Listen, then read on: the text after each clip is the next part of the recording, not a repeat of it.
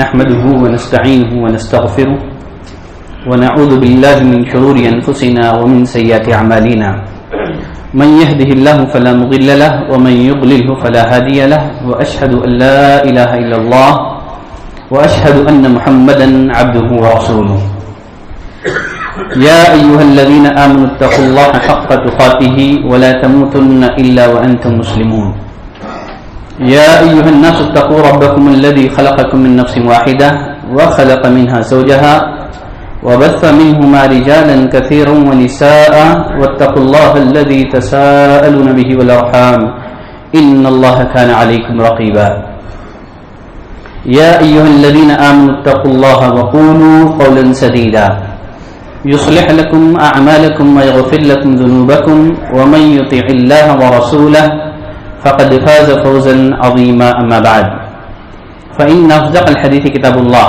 وأحسن الهدي هدي محمد صلى الله عليه وسلم وشر الأمور محدثاتها وكل محدثة بدعة وكل بدعة ضلالة وكل ضلالة في النار أعوذ بالله من الشيطان الرجيم من همزه ونفخه ونفخه وإذ قلنا للملائكة اسجدوا لآدم فسجدوا إلا إبليس أبى واستكبر وكان من الكافرين. ہر قسم کی تعریف بزرگی بڑھائی صرف اللہ وحدہ لا شریک کے لیے لائق اور زیبا ہے، جو اس ساری کائنات کا خالق، مالک، رازق اور ہماری عبادتوں کا تنہا مستحق ہے. اللہ کی رحمتوں اور برکتوں کا نزول ہو اس دنیا میں مبعوث کیے گئے فردن سارے ہی انبیاء اکرام پر، خصوصیت کے ساتھ ہمارے اور آپ کے آخری نبی جناب محمد رسول اللہ صلی اللہ علیہ وسلم پر، جن کو اللہ نے ساری دنیا والوں کے لیے نبی اور رسول اور رحمت للعالمین بنا کر کے مبعوث کیا. برادران اسلام، عزیز دوستوں، خواتین اسلام، اس بات میں کوئی شک نہیں کہ دل یہ انسانی جسم کا بے تاج بادشاہ ہے.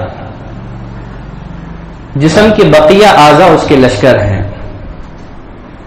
اگر بادشاہ کی اصلاح ہو جائے تو لشکر کی بھی اصلاح ہو جاتی ہے. یا دوسرے الفاظ میں دل ایک اونچا قلعہ ہے جس کے کئی دروازے ہیں اور اس میں داخل ہونے کے کئی راستے ہیں. شیطان اس دھوکے باز اور مکار دشمن کی طرح ہے جو ہمیشہ تاک میں رہتا ہے. اس کی کوشش ہوتی ہے کہ کسی بھی طرح سے قلعے میں داخل ہو کر کے اس پر قبضہ جما لے. اس قلعے کی حفاظت اسی وقت ممکن ہے جب راستوں کی حفاظت کی جائے، جب دروازوں کی پاسداری کی جائے. دل میں داخل ہونے کے لیے شیطان کے بہت سارے دروازے ہیں. ایک دروازہ ہے تکبر، ایک دروازہ ہے حسد، ایک دروازہ ہے حرص اور لالچ، ایک دروازہ ہے ریاکاری، ایک دروازہ ہے شبہات، ایک دروازہ ہے شہوات. بہت سارے دروازے ہیں جن سے ہو کر کے شیطان ہمارے دل میں اپنا قبضہ اور تسلط جما لیتا ہے. علامہ ابن القیم رحمۃ اللہ علیہ فرماتے ہیں سارے گناہوں کی جڑ 3 امور ہیں: تکبر، حرص اور لالچ، حسد. پہلے نمبر پر ہے تکبر. تکبر ہی کی بنا پر ابلیس نے آدم علیہ السلام کا سجدہ کرنے سے انکار کر دیا. ابا واستکبر وکان من الکافرین. دوسرے نمبر پر ہے حرص اور لالچ. حرص اور لالچ ہی تھا جس نے آدم علیہ السلام کو ممنوع درخت کھانے پر مجبور کیا تھا، اور اسی کے بسبب آدم علیہ السلام جنت سے نکالے گئے تھے. اور تیسرا ہے حسد. حسد ہی کی بنا پر آدم علیہ السلام کے بیٹے قابل نے اپنے سگے بھائی حابیل کا قتل کر دیا تھا. گویا سارے گناہوں کی جڑ یہی 3 باتیں ہیں. آج کے خطبہ جمعہ میں کبر پر گفتگو کروں گا، تکبر پر میری گفتگو ہوگی. انشاءاللہ اگلے خطبہ جمعہ میں حرص اور لالچ پر بھی انشاءاللہ گفتگو ہوگی. انسانی فطرت کو لاحق ہونے والی بیماریوں میں سب سے خطرناک بیماری تکبر ہے. یہ ام الخبائث ہے، یہ سارے گناہوں کی جڑ ہے. یہ وہ مرض ہے، یہ وہ بیماری ہے جس میں مبتلا ہونے کے بعد انسان نہیں رہ جاتا بلکہ شیطان بن جاتا ہے. تکبر شیطان کی طرف سے آیا ہے اور انسان کو شیطان بنا دیتا ہے. یہ وہ مرض ہے، یہ وہ لعنت ہے جو خون کے لوتھڑے سے وجود میں آنے والے، پیدا ہونے والے ایک حقیر، لاچار، بے بس انسان کو رب العالمین کے مقابلے میں لا کر کے کھڑا کرتا ہے. یہ وہ مرض ہے جو انسان کو حیوان بنا دیتا ہے. یہ وہ مرض ہے جو انسان کی عقل پر پردہ ڈال دیتا ہے. یہ وہ مرض ہے جو آنکھ اور کان رکھنے والے انسان کو اندھا اور بہرا بنا دیتا ہے. اب سوال یہ ہے کہ تکبر کسے کہتے ہیں؟ خود نبی کریم صلی اللہ علیہ وسلم نے تکبر کی تعریف بیان کی ہے. عبداللہ بن عمرو بن عاص رضی اللہ تعالیٰ عنہ فرماتے ہیں، نبی کریم صلی اللہ علیہ وسلم نے فرمایا جب نوح علیہ السلام کی وفات کا وقت قریب آیا، انہوں نے اپنے بیٹے کو وصیت کرتے ہوئے کہا آمرک باثنتین وانہاک عن اثنتین، اے میرے بچے میں تجھے دو باتوں کا حکم دیتا ہوں، دو باتوں سے روکتا ہوں. پہلا حکم آمرک بلا الہ الا اللہ، میں تمہیں حکم دیتا ہوں کہ لا الہ الا اللہ کا اقرار کرتے رہنا، اس لیے کہ ساتوں آسمانوں اور ساتوں زمینوں کو ترازو کے ایک پلڑے میں رکھا جائے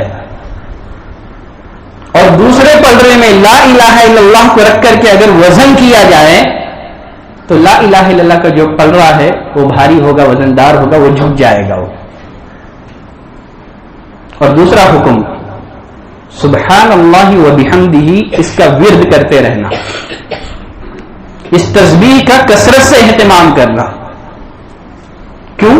لأنہا صلاۃ کل شیء، اس لیے کہ یہ ہر چیز کی عبادت ہے، ہر چیز کی نماز یہی ذکر ہے. وبہا یرزق الخلق، اسی تسبیح کی بنا پر مخلوقات کو روزی دی جاتی ہے. اگر کوئی انسان رزق کی تنگی میں مبتلا ہے، اس کو چاہیے کہ کثرت سے اس تسبیح کا اہتمام کریں، سبحان اللہ و بحمدہ یا سبحان اللہ العظیم و بحمدہ. میں تمہیں دو باتوں سے روکتا ہوں، نوح علیہ السلام نے کہا، شرک سے روکتا ہوں، تکبر سے روکتا ہوں. عبداللہ بن عمرو بن عاص رضی اللہ تعالیٰ عنہ فرماتے ہیں میں نے نبی کریم صلی اللہ علیہ وسلم سے کہا اللہ کے رسول شرک کیا ہے ہم جانتے ہیں، تکبر کیا ہے، تکبر کسے کہتے ہیں؟ اور ساتھ ہی پوچھا اللہ کے رسول کیا یہ بات تکبر میں ہے کہ آدمی عمدہ جوتا پہننا پسند کرے، اس کے پاس دو تسمے والے دو عمدہ جوتے ہو، کیا یہ تکبر ہے؟ نبی کریم صلی اللہ علیہ وسلم نے فرمایا یہ تکبر نہیں ہے. پوچھا اللہ کے رسول کیا یہ بات تکبر میں ہے کہ آدمی عمدہ لباس پہننا پسند کرتا ہے؟ نبی کریم صلی اللہ علیہ وسلم نے فرمایا یہ بات بھی تکبر میں شامل نہیں ہے.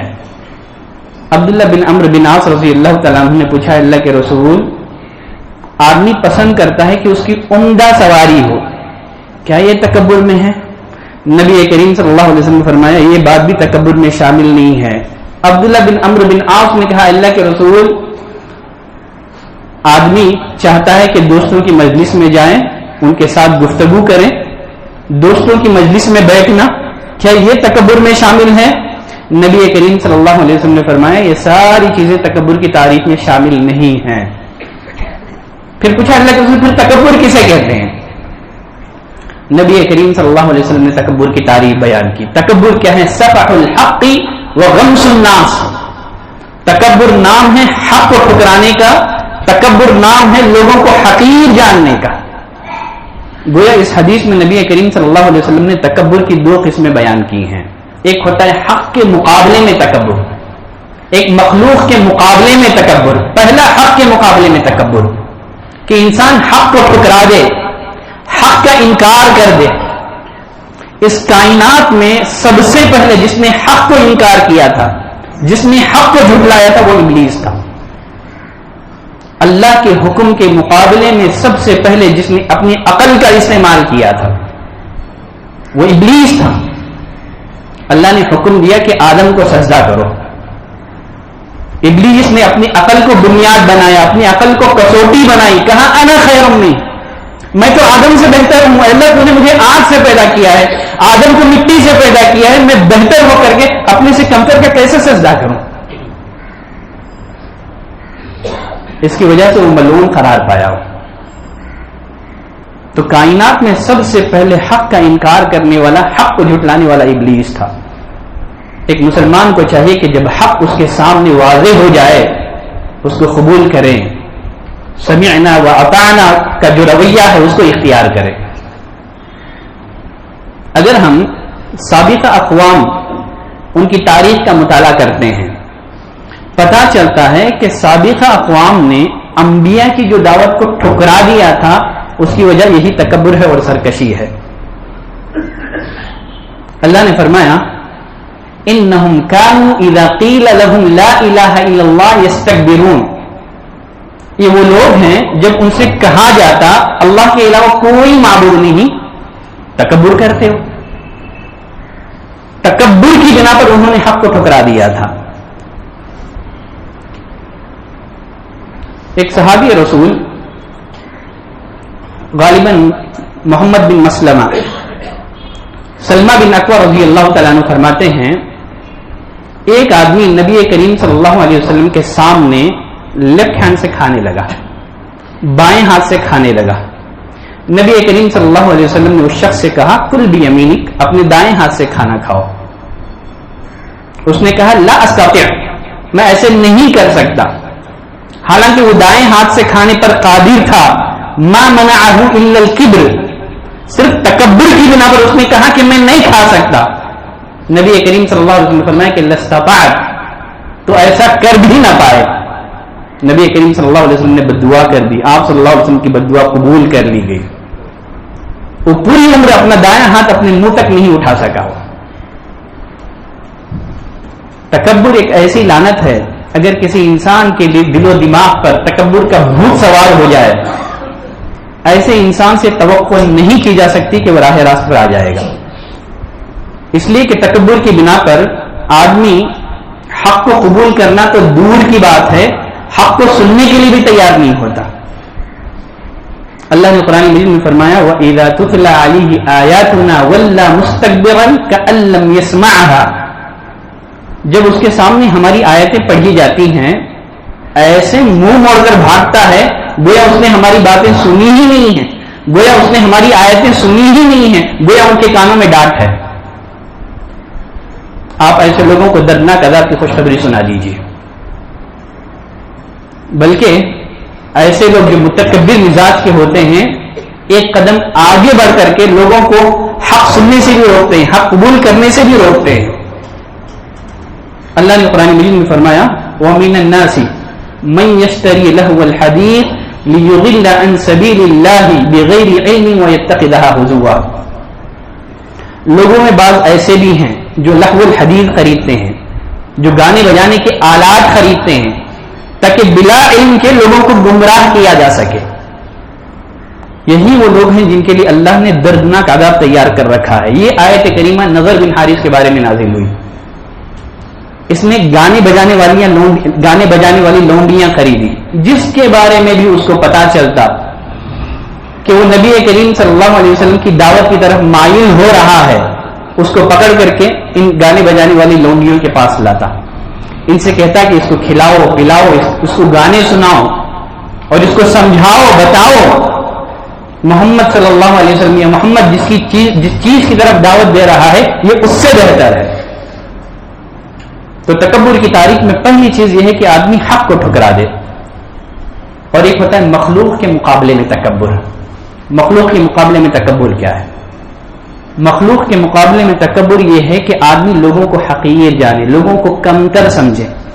آدمی لوگوں کو کب حقیر سمجھتا ہے, لوگوں کو کب کمتر جانتا ہے؟ جب وہ اپنے آپ کو بہتر سمجھتا ہے. اللہ نے قرآن مجید میں اہل ایمان کو منع کیا ہے کہ وہ کسی مومن کا مذاق اڑائے. سورۃ الحجرات میں اللہ نے فرمایا یا ایھا الذین آمنوا لا یسخر قوم من قوم عسى ان یکونوا خیرا منهم, اے ایمان والوں کوئی قوم کسی قوم کا مذاق نہ اڑائیں. ممکن ہے جس کا مذاق اڑایا جا رہا ہو وہ اللہ کی نظر میں مذاق اڑانے والوں سے بہتر ہو. ولا نساء من نساء، اور اللہ نے خصوصیت کے ساتھ عورتوں سے بھی خطاب کیا. حالانکہ قرآن مجید کا انداز یہ ہے کہ قرآن مردوں سے خطاب کرتا ہے اور اس حکم میں خود بخود عورتیں بھی شامل ہو جاتی ہیں، لیکن بعض جگہوں پر اللہ نے مردوں کے ساتھ عورتوں سے بھی خطاب کیا ہے، اس لیے کہ یہ جو مرد ہیں مردوں کے مقابلے میں عورتوں میں زیادہ پایا جاتا ہے. کہا کہ ولا نساء من نساء، کوئی عورت کسی عورت کا مذاق نہ اڑائے. ممکن ہے جن عورتوں کا مذاق اڑایا جا رہا ہو وہ اللہ کی نظر میں مذاق اڑانے والی عورتوں سے بہتر ہو. اور حدیث میں نبی کریم صلی اللہ علیہ وسلم نے فرمایا کہ بحسب امرئ من الشر، آدمی کے برے ہونے کے لیے اتنی بات کافی ہے کہ وہ اپنے مسلمان بھائی کو حقیر جانے، اس کو کمتر سمجھے، آدمی اپنے آپ کو بہتر سمجھے. آدمی کے برے ہونے کے لیے اتنی بات کافی ہے. امام غزالی رحمۃ اللہ علیہ نے تکبر کے 3 درجات انہوں نے بیان کیے ہیں. تکبر کا پہلا درجہ ہے اللہ پر تکبر. یہ تکبر کی سب سے بدترین شکل ہے، اور اس شکل میں وہ لوگ مبتلا ہیں جو الوہیت اور ربوبیت کا دعویٰ کرتے ہیں. جیسے فرعون نے کہا تھا انا ربکم الاعلی، میں تمہارا اعلیٰ رب ہوں، بلند و بالا پروردگار ہوں میں تمہارا. تو اللہ پر تکبر کرنا، ربوبیت کا دعویٰ کرنا. دیکھیے اللہ پر تکبر میں یہ بات بھی شامل ہے کہ بندہ اللہ کی عبادت اور بندگی سے اعراض کرے.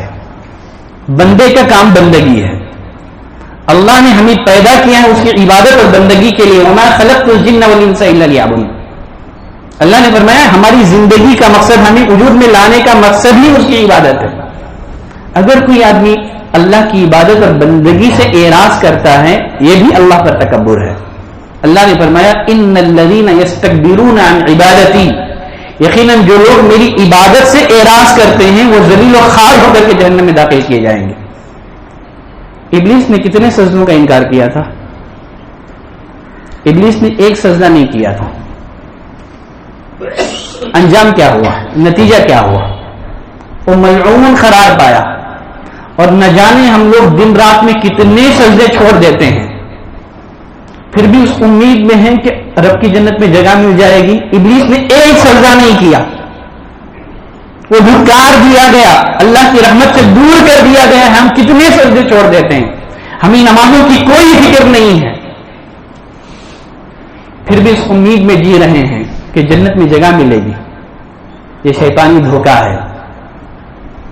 تو جو لوگ بندہ ہونے کے باوجود اللہ کی بندگی نہیں کرتے ہیں یقیناً وہ لوگ بھی تکبر کے مرض میں مبتلا ہیں.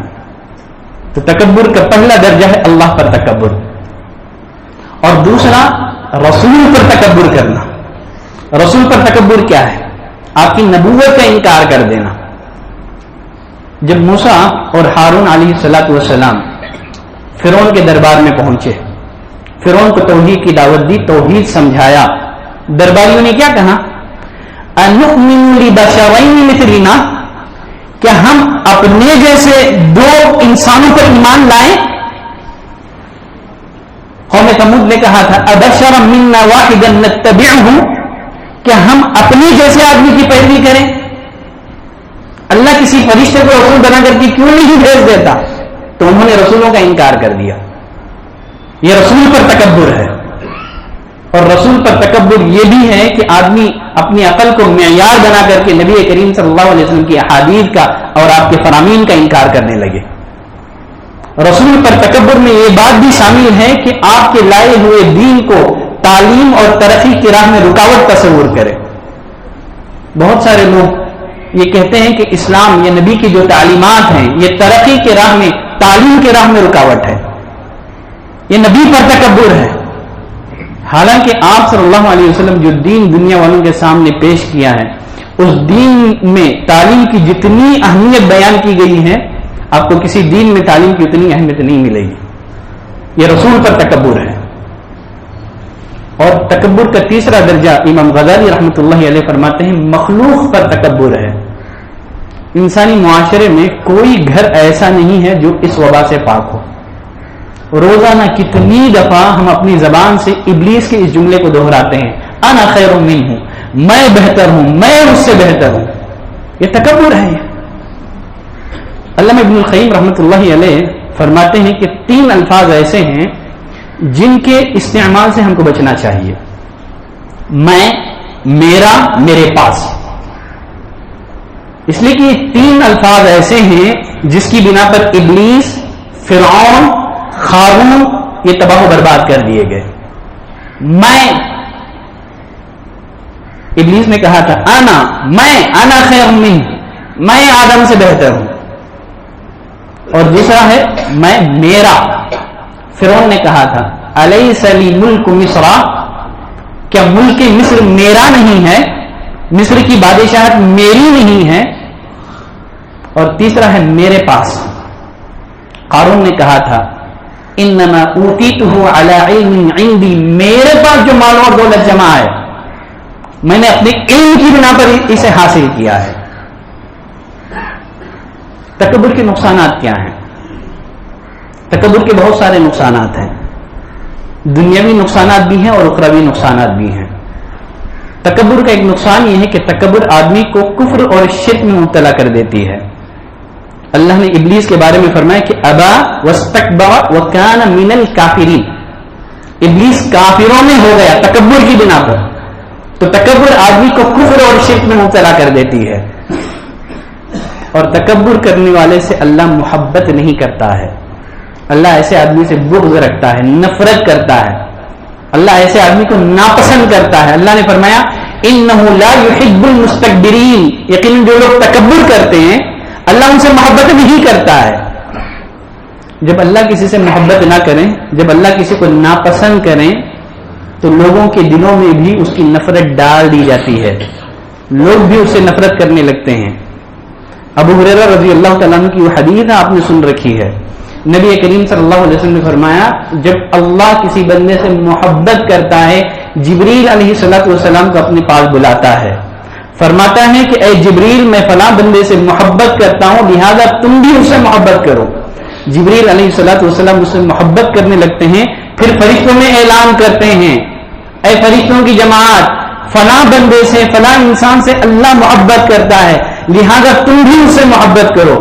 فرشتے بھی اس سے محبت کرنے لگتے ہیں یہاں تک کہ زمین پر بسنے والے انسانوں کے دلوں میں اس کی محبت ڈال دی جاتی ہے. جب اللہ کسی انسان کو ناپسند کرتا ہے اللہ جبریل کو اپنے پاس بلاتا ہے, فرماتا ہے کہ اے جبریل میں فلاں بندے سے نفرت کرتا ہوں لہذا تم بھی اسے نفرت کرو, تم بھی اس سے بغض رکھو. جبریل علیہ الصلوۃ والسلام اس سے بغض کرنے لگتے ہیں, اسے ناپسند کرنے لگتے ہیں. پھر فرشتوں میں اعلان کرتے ہیں اے فرشتوں کی جماعت اللہ فلاں بندے سے نفرت رکھتا ہے, فلاں بندے کو ناپسند کرتا ہے, تم بھی اسے ناپسند کرو.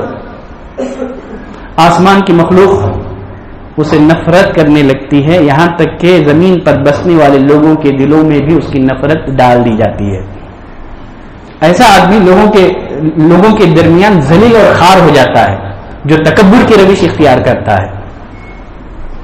جو متکبر ہیں, جو تکبر کرنے والے ہیں, اللہ ان کے دلوں پر مہر لگا دیتا ہے. ایسے آدمی ہدایت کی توفیق سے محروم کر دیے جاتے ہیں.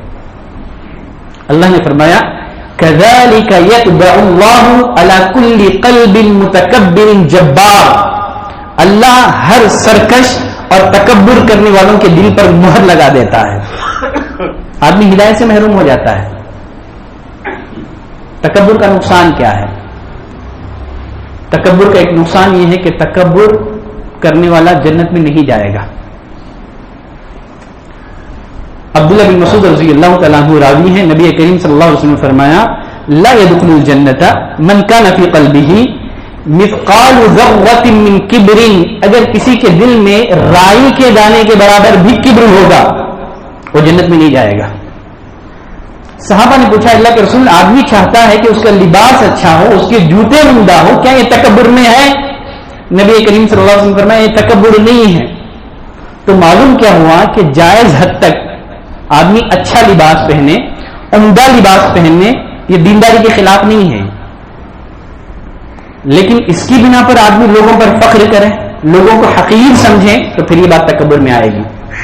ابو ہریرہ رضی اللہ تعالیٰ عنہ فرماتے ہیں نبی کریم صلی اللہ علیہ وسلم نے فرمایا تم سے پہلے لوگوں میں سے ایک آدمی خوبصورت لباس پہنے ہوئے کنگھی کیے ہوئے اتراتے ہوئے جا رہا تھا, تکبر کرتے ہوئے جا رہا تھا. فی نفسہ, اچھا لباس پہننا کنگھی کرنا یہ تکبر نہیں ہے, لیکن آدمی اچھا لباس لوگوں کو حقیر ثابت کرنے کے لیے پہنتا ہے, اپنی بڑائی جتلانے کے لیے پہنتا ہے, تو پھر یہ بات تکبر ہے. اچھا لباس پہنے ہوئے کنگھی کیے ہوئے اتراتے ہوئے جا رہا تھا. نبی کریم صلی اللہ علیہ وسلم نے فرمایا کہ اللہ نے اس کو زمین میں ڈھسا دیا اور وہ قیامت تک اسی طرح زمین میں ڈھستا رہے گا. تو جس کے دل میں رائی کے دانے کے برابر بھی کبر ہوگا وہ جنت میں نہیں جائے گا. پھر جائے گا کہاں؟ وہ تو جہنم میں جائے گا. حدیث قدسی میں اللہ فرماتا ہے اے لوگوں سنو, الکبریاء ردائی والاغمۃ ازاری, کبریا یہ میری چادر ہے, بڑائی صرف میرے لیے ہے, کبریائی میری چادر ہے, عظمت میرا ازار ہے. جو ان دونوں میں سے کسی ایک کو مجھ سے چھیننے کی کوشش کرے گا میں اس کو جہنم کی آگ میں جھونک دوں گا. بڑائی صرف اللہ کا خاصہ ہے, کبریائی صرف اسی کے لیے ہے, بڑائی صرف اسی کے لیے ہے. تکبر اللہ کا خاص لباس ہے, جو اس لباس کو اللہ سے چھین کر کے خود پہننے کی کوشش کرتا ہے وہ تباہ و برباد ہو جاتا ہے. بلکہ اور ایک روایت میں نبی کریم صلی اللہ علیہ وسلم نے فرمایا, متکبرین کا انجام بتاتے ہوئے آپ نے فرمایا یحشر المتکبرون یوم القیامت امثال الذر, قیامت کے دن تکبر کرنے والے لوگ انسانی شکل میں چونٹیوں کے مانند اٹھائے جائیں گے. یخشاہم الذل من کل مکان, ہر چہار جانب سے ان پر ذلت اور رسوائی چھائی ہوئی ہوگی. اور جہنم کا ایک خاص قید خانہ ہے جس کا نام ہے بولس. یہ جو متکبرین ہیں, جو تکبر کرنے والے ہیں, یہ وہ خاص قید خانہ صرف ان کے لیے تیار کیا گیا ہے. بولس نامی قید خانے میں متکبرین کو ڈھکلا جائے گا. کھانے کو کیا دیا جائے گا؟ نبی کریم صلی اللہ علیہ وسلم نے فرمایا جہنمیوں کے جسم سے نکلنے والا خون اور پیپ, ردغت الخبال, ان کے زخموں سے نکلنے والا خون اور پیپ, یہ جو متکبرین ہیں ان کو کھانے اور پینے کو دیا جائے گا. تو اللہ تکبر کو پسند نہیں کرتا ہے. یہ سارے تکبر کے نقصانات ہیں. چلے آگے بڑھتے ہیں. تکبر کے اسباب کیا ہیں؟ وہ کون سے اسباب ہیں, وہ کون سی نعمتیں ہیں جن کو پا کر کے بندہ تکبر میں مبتلا ہو جاتا ہے؟ ایک ہے علم. دیکھیں علم کا سیکھنا اور سکھانا یہ بڑی سعادت کی بات ہے. بسا اوقات علم کی کثرت آدمی کو تکبر میں مبتلا کر دیتی ہے. وہ لوگوں کو جانور سمجھنے لگتا ہے, وہ لوگوں کو جاہل سمجھنے لگتا ہے. اسی لیے کہا جاتا ہے ہر چیز کا ایک وبال ہے. علم کا وبال کیا ہے؟ علم کی خرابی کیا ہے؟ تکبر کرنا, یہ علم کی خرابی ہے. تو یقیناً علم کا سیکھنا سعادت کی بات ہے, لیکن اگر آدمی کا علم اس کو تکبر میں مبتلا کر دے, وہ لوگوں کو حقیر سمجھنے لگے, وہ لوگوں کو جانور سمجھنے لگے, وہ علم جو انسان کے اندر تکبر پیدا کرتا ہے اس سے بہتر جہالت ہے. تو پہلی وجہ جس کی وجہ سے آدمی تکبر کے مرض میں مبتلا ہو جاتا ہے وہ ہے علم. علم کی کثرت آدمی کو بسا اوقات متکبر بنا دیتی ہے. نمبر 2, عمل اور عبادت, تقویت غرور. عمل اور عبادت بھی بسا اوقات آدمی کو فخر اور غرور میں مبتلا کر دیتی ہے. آدمی صرف اپنے آپ کو جنتی سمجھتا ہے, بقیہ سب لوگوں کو جہنمی سمجھتا ہے. نبی کریم صلی اللہ علیہ وسلم نے فرمایا اذا قال الرجل هلك الناس فهو اهلكهم, جب آدمی کہتا ہے کہ سارے لوگ ہلاک ہو گئے, وہ سب سے زیادہ ہلاک ہونے والا ہے. تو بسا اوقات آدمی عبادت کے غرور میں, عمل کے غرور میں مبتلا ہو کر کے لوگوں کے بارے میں جہنم کے فتوے لگانے لگتا ہے. تو یہ بھی عبادت کا غرور, عمل کا غرور آدمی کو جہنم کے دہانے پر پہنچا دیتی ہے. یہ بھی کبر کی علامت ہے. نمبر 3, مال اور دولت. مال اور دولت کی کثرت یہ بھی آدمی کو متکبر بنا دیتی ہے. سورۃ الکہف میں 2 لوگوں کا واقعہ مذکور ہے، 2 ساتھیوں کا. اس میں سے ایک ساتھی نے اپنے دوسرے ساتھی سے تکبر سے کہا تھا انا اکثر منک مالا، میرے پاس تمہارے سے زیادہ مال ہے. اللہ نے کیا کیا؟ اللہ نے اس کے باپ کو، اس کے مال کو تباہ و برباد کر دیا، جلا کر خاکستر کر دیا. اللہ نے قارون کو بھی بے حد و حساب مال سے نوازا تھا. صرف اس کے خزانوں کی چابیاں کئی طاقتور لوگ بڑی مشکل سے اٹھاتے تھے. اس کی خزانے کی چابیاں، کنجیاں. لیکن جب اس کی مال و دولت کی کثرت نے جب اسے گھمنڈ میں مبتلا کر دیا تو اللہ نے خزانہ سمیت قارون کو زمین میں ڈھسا دیا. تو مال اور دولت کی کثرت آدمی کو یہ غرور میں مبتلا کر دیتی ہے. عہدہ اور منصب یہ بھی آدمی کو کبر اور غرور میں مبتلا کر دیتا ہے. فرعون کو اللہ نے مصر کی حکومت اللہ نے دی تھی، وہ مغرور ہو گیا. اس کے برخلاف اللہ نے سلیمان علیہ السلام کو ایک عظیم الشان سلطنت سے نوازا تھا. کیا کہا انہوں نے اس سلطنت کو پا کر کے؟ ھذا من فضل ربی، یہ مومن کا کردار ہے. ھذا من فضل ربی، یہ میرے رب کا فضل ہے. حکومت دے کر کے مجھے آزمانا چاہتا ہے، میں اس کا شکر گزار بنوں گا کہ نا شکرا. تو حکومت، عہدہ، منصب یہ بھی آدمی کو متکبر بنا دیتی ہے. پھر اسی طرح سے حسب اور نسب. دیکھیے اگر اللہ نے آپ کو کسی اچھے خاندان میں پیدا کیا ہے، اس پر اللہ کا شکر ادا کرے. یہ تکبر کی چیز نہیں ہے، یہ فقر اور غرور کرنے کی چیز نہیں ہے. اس لیے کہ قیامت کے دن کامیابی کا دار و مدار آپ کا خاندان نہیں، آپ کا حسب نسب نہیں. آخرت کی کامیابی کا دار و مدار آپ کے اعمال ہیں. اسی لیے ایک حدیث میں نبی کریم صلی اللہ علیہ وسلم نے فرمایا من بطع به عمله لم يسرع به نسبه. جس آدمی کا عمل اسے پیچھے کر دے، اس کا خاندان، اس کا حسب اور نسب اسے آگے نہیں کر سکتا. اس لیے خاندانوں پر اترانا نہیں چاہیے. میں فلاں خاندان سے ہوں، یہ خاندان ہمیں قیامت کے دن کامیابی نہیں دلاتے ہیں. آدمی حسب اور نسب پر فخر کرے. ابو ذر رضی اللہ تعالیٰ عنہ فرماتے ہیں ایک مرتبہ ایک آدمی کے ساتھ میرا جھگڑا ہو گیا. میں نے اسے آر دلاتے ہوئے کہا کالی عورت کے بیٹے، حبشن تھے، کالی عورت کے بیٹے. انہوں نے نبی کریم صلی اللہ علیہ وسلم سے شکایت کر دی. نبی کریم صلی اللہ علیہ وسلم نے ابو ذر کو بلایا، کہا کہ اے ابو ذر انک امرؤ فیک جاہلیہ، تم ایک ایسے آدمی ہو ابھی تم میں جاہلیت کے اثرات موجود ہیں. یہ فضیلت کا معیار نہیں ہے. اللہ کے نزدیک فضیلت کا معیار تقویٰ ہے. ان اکرمکم عند اللہ اتقاکم. ابو ذر فرماتے ہیں جیسے ہی میں نے نبی کریم صلی اللہ علیہ وسلم کی یہ بات سنی مجھ پر خوف طاری ہو گیا. چنانچہ میں اس آدمی کے پاس گیا جسے میں نے آر دلایا تھا، کہا کہ تم اپنا پیر میرے منہ پر رکھو. دیکھیے آدمی اپنی انا کو کچلے، ایسے تکبر کا علاج کیا جاتا ہے.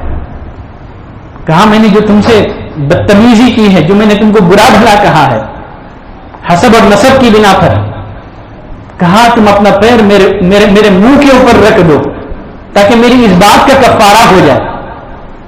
تو حسب اور نسب یہ فخر کرنے کی چیز نہیں ہے. پھر اسی طرح سے خوبصورتی. دیکھیے خوبصورتی بھی اللہ کی بہت بڑی چیز ہے، بہت بڑی نعمت ہے. لیکن خوبصورتی اگر کسی کو عطا ہوئی ہے اس کا یہ مطلب نہیں ہے کہ اس بنا پر لوگوں کو حقیر سمجھے. اور پھر اسی طرح سے تکبر کے اسباب میں سے ایک سبب ہے طاقت. یقیناً طاقت بھی اللہ کی نعمت ہے. نبی کریم صلی اللہ علیہ وسلم نے فرمایا المؤمن القوی خیر عند اللہ من المؤمن الضعیف. طاقت اور مومن اللہ کو پسندیدہ ہے کمزور مومن سے. لیکن آدمی طاقت کے غرور میں مبتلا ہو کر کے لوگوں پر ظلم کرے، لوگوں کو اپنے سے کمزور لوگوں کو حقیر سمجھے، یہ تکبر ہے. یہ سارے تکبر کے اسباب ہیں. اس کے علاوہ بھی بہت سارے اسباب ہو سکتے ہیں. دیکھیے حسب اور نسب کی بنا پر، مال کی بنا پر، خوبصورتی کی بنا پر، ان ساری چیزوں کی بنا پر آدمی فخر کرے، غرور کرے، یہ تو حماقت کی بات ہے. اگر اللہ نے کسی کو مال دیا ہے، دولت دی ہے، خوبصورتی دی ہے، عہدہ اور منصب اللہ نے دیا ہے، یہ امتحان کے لیے دیا ہے. اللہ نے یہ عارضی طور پر اللہ نے ہم کو دیے ہیں. جو چیزیں ہم کو ٹیمپروری ملی ہیں, عارضی طور پر ہم کو ملی ہیں, ان چیزوں پر فخر کرنا یہ حماقت ہے. دیکھیے, اگر اللہ نے کسی کو کمال دیا ہے, اس کمال کو کمال سمجھنا تکبر نہیں ہے. تکبر کیا ہے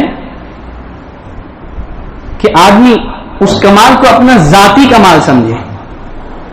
ایک مومن کو چاہیے کہ اگر اس کے پاس کوئی صلاحیت ہے تو اس کو اپنا ذاتی کمال نہ سمجھے بلکہ تحفہ ربانی سمجھے. یہ اللہ کا تحفہ ہے. یہ اور اگر کسی انسان کو کوئی کمال حاصل ہے, یہ نہ سمجھے کہ مجھے میری قابلیت کی بنا پر یہ چیز ملی ہے, بلکہ مومن کہتا ہے یہ تو محض اللہ کا فضل ہے, اس کی مہربانی ہے, اس کا کرم ہے. کتنے لوگ ہیں جو محنت کرتے ہیں لیکن دولت ان کو نہیں ملتی ہے. میری قابلیت کی بنا پر کتنے ایسے لوگ ہیں پڑھے لکھے ہوئے ہیں, ایجوکیٹڈ ہیں, لیکن دولت نہیں ہے ان کے پاس. قابلیت کی بنا پر یہ چیزیں نہیں ملتی ہیں. تو کسی کے پاس کوئی کمال ہے تو اللہ کا اس کو عطیہ سمجھیں, اپنی قابلیت کی بنا پر نہیں بلکہ محض اللہ کے فضل اور اس کی مہربانی کی بنا پر مجھے یہ چیز حاصل ہے. اور ان چیزوں کو باقی رکھنا یہ میرے ہاتھ میں بھی نہیں ہے. اللہ جب چاہے ان چیزوں کو چھین سکتا ہے. تو غرض تکبر یہ بہت بری وبا ہے. دیکھیے, تکبر کی بہت ساری علامتیں بھی ہیں اور تکبر کا علاج بھی ہے. ویسے وقت نہیں ہے ہمارے پاس, انشاءاللہ اگلے خطبہ جمعہ میں اور بھی اس موضوع سے متعلق کچھ باقی باتیں رہ گئی ہیں.